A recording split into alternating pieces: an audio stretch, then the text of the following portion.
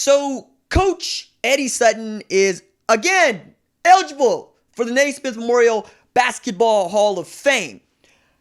I have some issues with him not already being in to the Naismith Memorial Basketball Hall of Fame. I know that I don't usually talk about college basketball on this channel because I live and breathe college football. I love other sports. And what I do, however, put a large part of my life into is local sports. I love the University of Oklahoma. I am an alumnus of it. I'm an alumnus of the University of Tulsa. I bag on Oklahoma State. I also did 2 years there in a PhD program for English and creative nonfiction. And then all this other stuff started to happen, which I address and will address at a later upload. But I want to talk about Coach Sutton today because I got up this morning. I spoke with my girlfriend Laurel, who went to the Owasso Family YMCA, where there is a dodgeball tournament on February 29th. I'll be there as a referee. We got 8 teams that are going to be in it. I'm excited about it. I'm also getting us, the channel, a bigger banner because we're donating more money this year to the Owasso Family YMCA. And I have another announcement that I can't wait to get to you as soon as it's made official about some of the things we're doing in the community because this channel is awesome and you're awesome. And Eddie Sutton is awesome. There are many of you that know all about Eddie Sutton because the man has been eligible to be inducted into the Naismith Memorial Basketball Hall of Fame since I was born. The year I was born is the year he became eligible. I think you got to have like 26 years if you're an active coach. Guys in there, Bill Self, Rick Pitino, already in there. But Eddie Sutton is not. And I'm of an era that watched Coach Sutton's teams be great. As a matter of fact, in this game today, which I'll get to, celebrating the Final Four team in 1995, which is going to Coach Sutton's teams, right? So I woke up this morning. I was planning to watch Oklahoma versus Kansas and hope if Oklahoma could get a win at the Fog. They could not. It was like 27-24 with like 7:08 left to play in that game. And then Kansas went on a 17-5 run, and it wasn't even close in the second half. And Christian Doolittle continues to play outstanding basketball. Had 27 in the game. I think he's averaging like 25 a game over the last 3. I'm just going to go ahead and point out he went to Edmond Memorial, which is in Oklahoma. And there are some great basketball players come out of this state. I continue to say it. Give me Oklahoma high school basketball, football, whatever players against whomever you want. And we're going to go and we're going to beat you down. You know, I believe that. I'm of this state. You're of this state. And I have this argument that says that the guys that are great, the women that are great, like Ryan Humphrey, right? Like Trey Young, for those of us that are younger, Blake Griffin, for those of us that are younger, Mark Price, for those of us that are a little older, Wayman Tisdale. They're great because we played with them and iron sharpens iron. I'm not saying you're as talented or we're as talented, but they did have to play against somebody and they did have to get good, and they did that here, which is why I continue to say recruit us, recruit our kids to our universities. And then you won't have to wonder so much about brain drain or whatever it might be that you think is holding the state back. But we have so many jewels that come from this state of just over 4 million people. We're called a flyover state. We're thought of less than. But then you look around, the University of Tulsa got a win against South Florida today. You look around, Oklahoma was tight with Kansas, and they're sitting at 16-9. On their overall record, and they're at 66 in the conference. But Oklahoma State was not necessarily holding up their end, or at least in the way that we thought that they might be with Mike Boynton's boys, basically holding a series of L's since Big 12 play started in January. They're 3-9 going into a game against number 14 Texas Tech.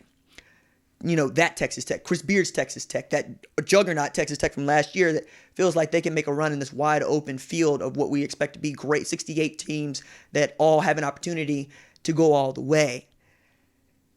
And yet, it was Texas Tech who rolled into town wearing Hall of Fame shirts supporting Eddie Sutton being inducted, who's still with us, and for which we don't know how much longer that might be, for which many of us want to see him be able to see himself put in there. But why isn't he in there? What's holding him back? We could talk about some off-the-court issues, but I think the one thing that people forget about, I had to go look it up because it predated me, was when Coach Sutton was still at Kentucky. It was Chris Mills. And this report that surfaced that an envelope at some post office addressed to Chris Mills' dad with Eddie Sutton and an assistant, Dwayne Casey's name on it, had popped open with, check this out, $1,000 in cash that was supposed to be sent to him to try to get him to come to the University of Kentucky. Casey denied it. He got a show cause for his trouble, and Coach Sutton had to step down. And apparently that's the thing that's been following him around forever. It's asinine, it's stupid, and it's mean. If for no other reason, then we all know college basketball is one in which money is moving to and from other folks in ways that the NCAA has decided for basically its inception, or since its inception, that you just can't do that. You know, you cannot bribe kids or their parents or their handlers to send their kid there. And yet we have DeAndre Ayton and Sean Miller. We have Lamont Evans, who got a show cause here just the other day for South Carolina. We have Oklahoma State, who had these coaches that were indicted by the feds, right? It's everywhere. And yet still we can appreciate the basketball. We can appreciate that a bunch of kids who were 3-9 in conference showed up at Gallagher-Iba today and said, in these throwbacks, not today, we're going to get a W. We're going to take one of the best teams in college basketball to the end, and we're going to get a 73-70 win. Whether or not they will say that they did it for Coach Sutton, I know it's there. I remember Mike Boynton being handed this L by Oklahoma in the Bedlam series, and he was asked, how was your team morale? And he said, it doesn't matter. Their job is to show up and perform on Saturdays, just like my job to show up and coach them to perform on Saturdays. We haven't done that. And that was it. That was the end of it. There was no, we got to be better at this or that. It was him saying, no, we have to perform. We haven't. I think most Oklahomans can get behind that, because the thing that we value is hustle, is work ethic. You focus, you go all in, and then you hope to get lucky. If you don't get lucky, that doesn't prevent you from working. Coach Sutton had Tony Allen come in here and locking people up. We can continue to look down the line. Look at James on Curry, the Graham brothers, Phil Fort. Look,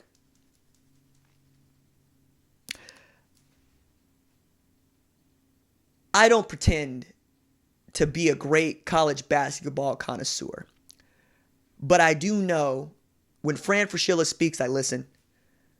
Fran has tremendous experience in college basketball and in scouting Europe. I got to know him and his son James when we were both at Oklahoma. He as an undergrad, me as a grad assistant, and Fran obviously does a lot of Big 12 basketball for ESPN, and he would yell about, why isn't Coach Sutton in this thing? And we have folks who are rightfully just pissed off that Coach Sutton is not included in the Naismith Memorial Basketball Hall of Fame. If it's for Chris Mills, who many people don't even know, does that not seem asinine and stupid? It's 2020. It's 2020. Coach Sutton is one of the luminaries of this sport. His son Scott coached at Oral Roberts. I know folks that came up. Like I was talking to John Hoover just the other day about coming up with Scott Sutton and covering that team at Oral Roberts. It's no longer a plea. That's what I'm saying. It's a demand. Induct Coach Eddie Sutton into the Naismith Memorial Basketball Hall of Fame. Because now you have 3 generations of individuals who are loudly calling you out. And if that's who you want to be in the Basketball Hall of Very Good, fine. But it is a sham. It is a farce. It is quite literally incomplete without Eddie Sutton.